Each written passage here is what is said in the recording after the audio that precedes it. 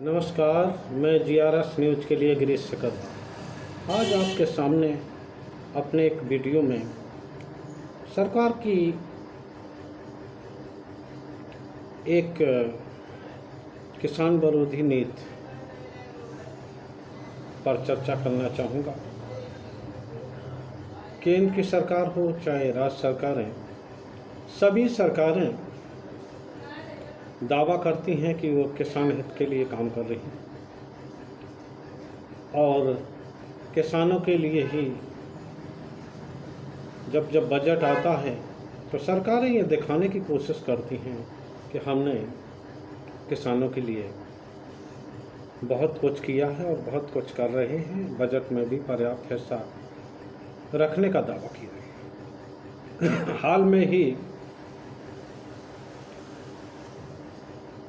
केंद्र सरकार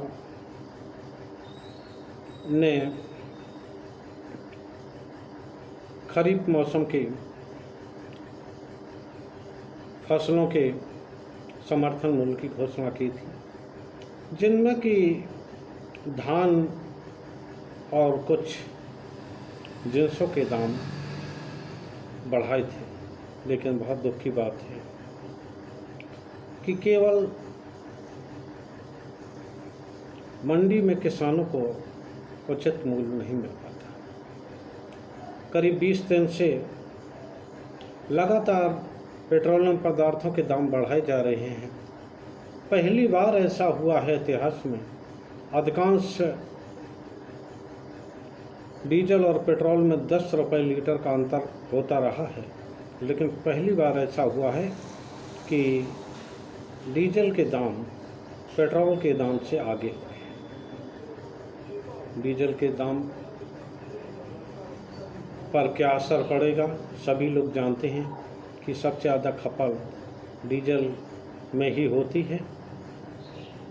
सब ट्रांसपोर्ट व्यवसाय में और किसानों के खेती काल में डीजल का ही उपयोग होता है। डीजल की वृद्धि से निश्चित रूप से महंगाई पर असर पड़ता है और जिसका असर अभी दिखने लगा। लगातार 20 दिनों से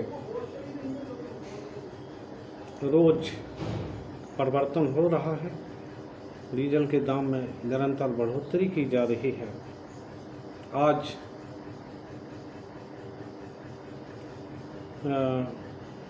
आज के दाम करीब 20 दिन पहले से 10 से 15 रुपए लीटर तक की वृद्धि हो गई। सरकार इस बारे में मौन धारण की है, जबकि विपक्षी दल सड़कों पर आंदोलन कर रहे हैं। तो कई बार ये मांग हो चुकी है।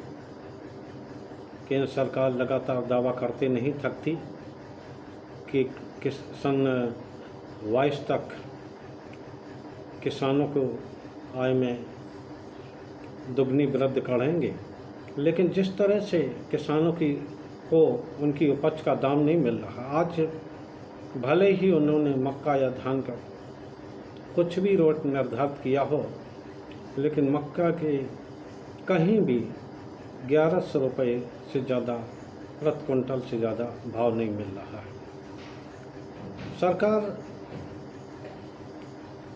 पेट्रोलियम पदार्थों के भाव में भी कुछ ऐसे सिस्टम को विकसित करे जिससे कि ये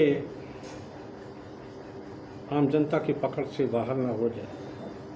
क्योंकि वैसे तो जो उसका वो है अंतर्राष्ट्रीय बाजार से वो निर्धारित होता है भाव, ऐसा सरकार का भी दावा है।